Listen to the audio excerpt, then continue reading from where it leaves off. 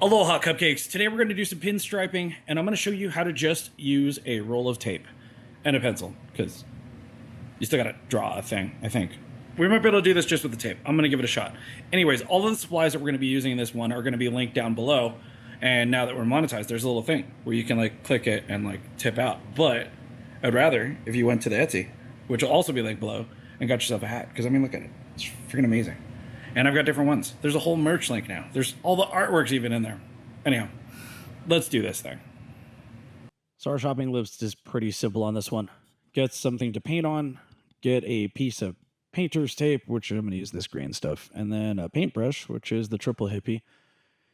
And we're going to use some alpha, whatever, sanguine, and then a thing to palette on. Not a lot of rocket surgery involved in this one. So all I'm going to do, I'm going to take this tape. I'm going to create myself a point somewhere close to the center, and I'm just going to eyeball it. I'm not measuring anything today. This is going to be pretty simple. This part will be simple. From here, all I'm really going to do is take my brush, get some paint on it, and I'm going to start it at the tape, I think. We'll start it at the tape, and then I'm going to parallel the tape a little bit. And this is just how I get my center line. So it's a little sticky. I probably need to reduce this down a bit more, but I'm just going to follow the tape for a little bit and then kind of just, we'll dig into it. We'll make it so it's like a little teardrop. So I'll just drag it along the edge of the tape there. And that is how we make our center line. And now I'm going to work a little bit from here just because we're already here. So I'm basically going to put a couple lines over on this side. And these are just my starting points. They're not really thought out. I'm just going to put a couple of lines over here so I have something to play off of instead of just a simple center line. Visually, it's a little easier for me to work this way. And these are really just kind of... The way that I'm building this one is I'm going to start... Each one of these will be a little bit shorter than the last one.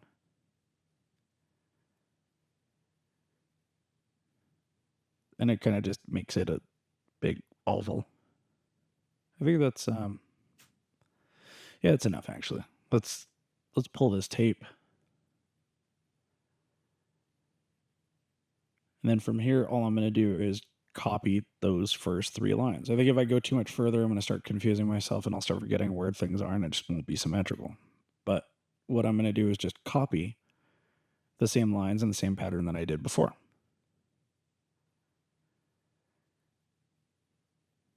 I will tell you, working on this paper, if you're a little bit dry, like right there, you get some goofy little globs in here.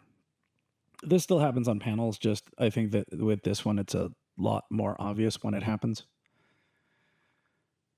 So I got to reduce this just a bit more. And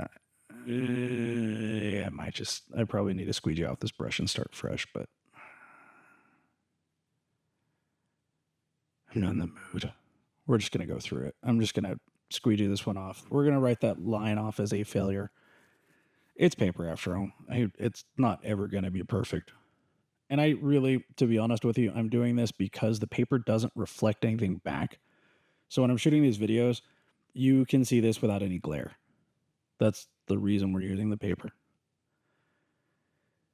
I do have some flat black paper, which is a whole lot better than this stuff because it's got an actual like coating to it. But it's not quite as big as this. So I kind of wanted to pull like a little bit bigger design, so I wanted the bigger paper. So that's what we're dealing with.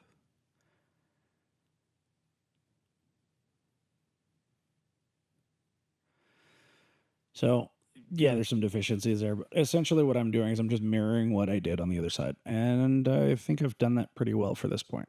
So from here though, this is where we start getting a little weird with it. What I tend to do once I have a decent center is I will pull something that kind of swings out and comes back into the middle. Now I do this partially because for like design purposes, but partially because it gives me a little bit more room to play off of outside. And apparently I need to fix this. Hold on. We're going to fix that. Everything about the corners being somewhat balanced looking. And yes, I know I can go back and fix them after the fact, but then I have to sit there and try to sort out which ones I messed up versus just doing them while I'm doing it. Just more efficient for me. Anyhow, this just gives me a little more room so that I can think through the design, because we're not designing anything here. So there's no like prefabricated shapes and structures. There's just a center line that honestly at this point is gone. It was just a piece of tape. So I need to give myself a little bit of extra playroom. So like right here, I'm going to swing this one near it, but kind of swing out and away from it, just so I have a little more to build up going towards the bottom of the paper or towards the side of the paper. That's another one that I get to address. Apparently, some of you have a problem with the fact that I'm painting sideways. I'm painting sideways so that the camera tripods can be out of the way while I'm working. I'm not doing this because I paint sideways. I'm doing this so that I don't trip over the equipment while I'm recording. So, stop being mad about it. I don't do this regularly, and I'm not teaching you to paint sideways. I do this so that I'm not in front of the cameras. Because as much as I know you want to look at the back of my shoulder, that doesn't make for a very interesting video. So quit crying. Anyhow, so I'm just swinging these ones out, and this just gives me a little bit more playroom, basically.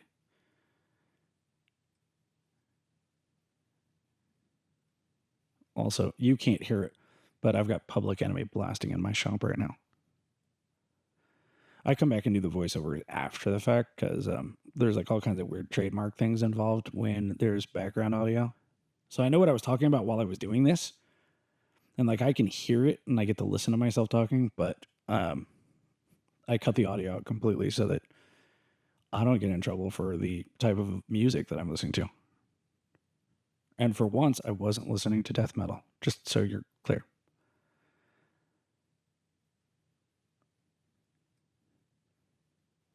Also, I don't really recommend that. You're supposed to like try to calm down before you paint, and I try to not. Anyway, once I've got a couple of lines to where I feel kind of confident that this is enough of a design, I start adding in these little lines to come to the center. And I don't typically make them cross the center because I want that center line to still be the center line.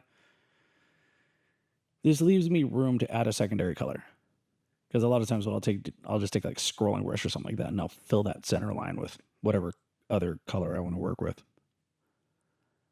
So it's just leaving a little bit of room and space so that I can continue to add other colors should I want to. For this video, I'm not doing that. I'm just doing the single color because I can. Let's do one of these little S-shapey things. Or, I don't know. It curves twice, basically. Pretty terrible at these. Like if I could pull this off and I could pull the second one to where it looks semi-close to this first one. So I think you do. I don't know. I mean, obviously I'm screwing up the tip here because the paint's a little too wet, so it's soaking into the paper. Yeah, it globbed up pretty good, but you're really sitting this overhead shot. Well, let's see. Now this one, I think I actually got this one. It was a little shaky right here because some of us were in the gym before we filmed. No, pretty close. Not great, not perfect, but it's paper, so who cares?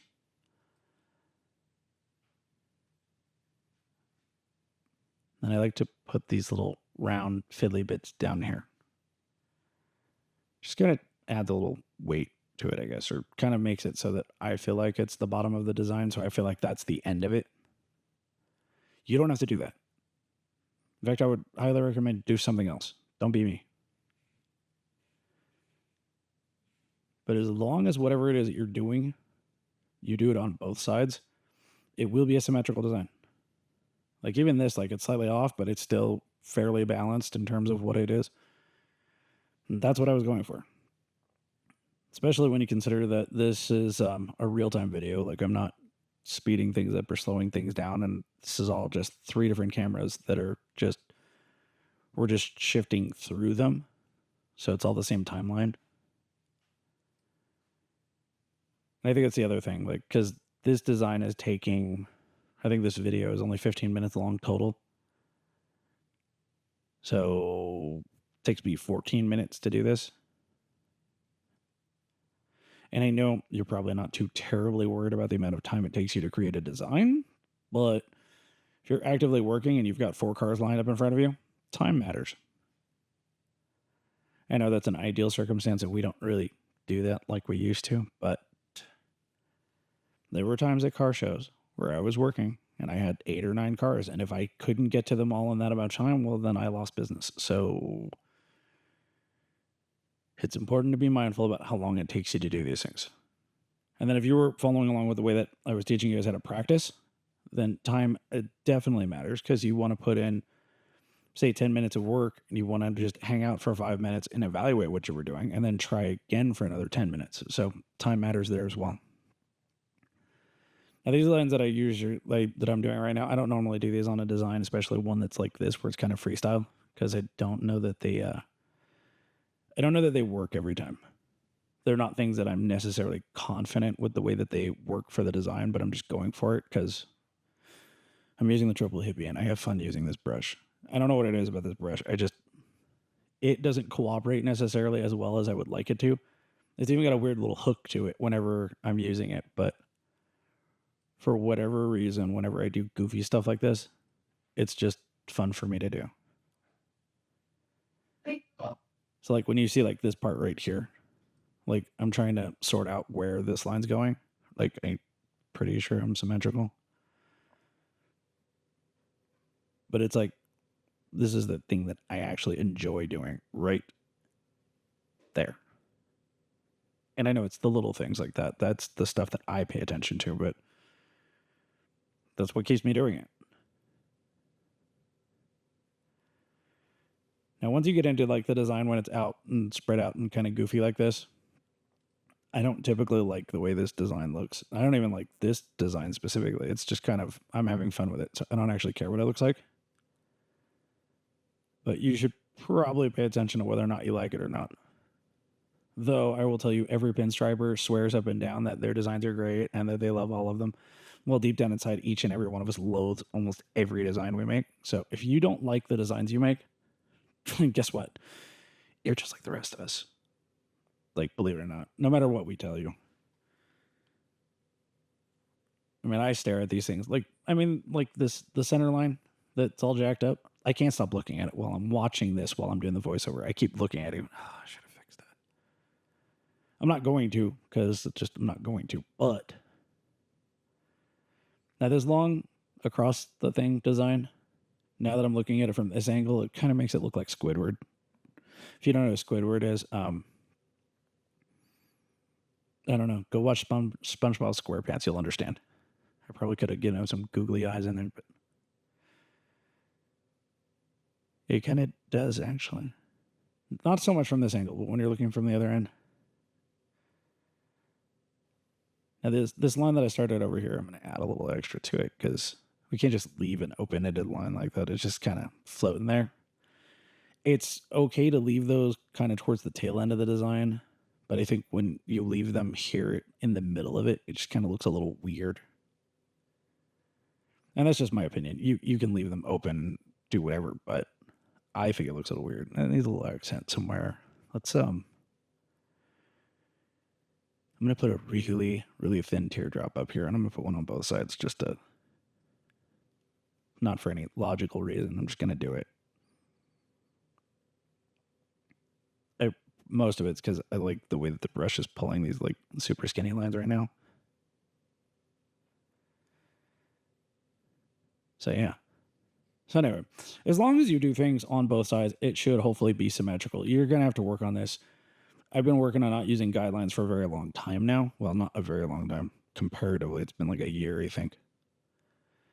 And I've just started doing these things because I keep finding myself working in a way where I can't draw a grid. I can't sketch out what I'm going to do beforehand. I just kind of have to go for it. So it's definitely a skill that I think you need to work on, even if you're terrible at it. Just keep working with it. It'll be fun. It also looks amazing when you do this live. So learn how to do it. But there you go. So that worked, kind of. It's something that I've been working on. It's something I have not entirely perfected, but it's definitely something that I think everyone who is learning needs to try. It's just going to make it easier on you. It's going to make it so you put less work into your prep time so that you can spend more time working on your line work. So try it. See what happens. I mean, look at that. It's kind of fun, right? So anyways, if you enjoyed this and it was helpful, put it in the comments. If it wasn't helpful and it was confusing and I can help you with answering whatever it is, also put that in the comments. Anyways, merch links in the bio. Till next time, stay moist, my friends.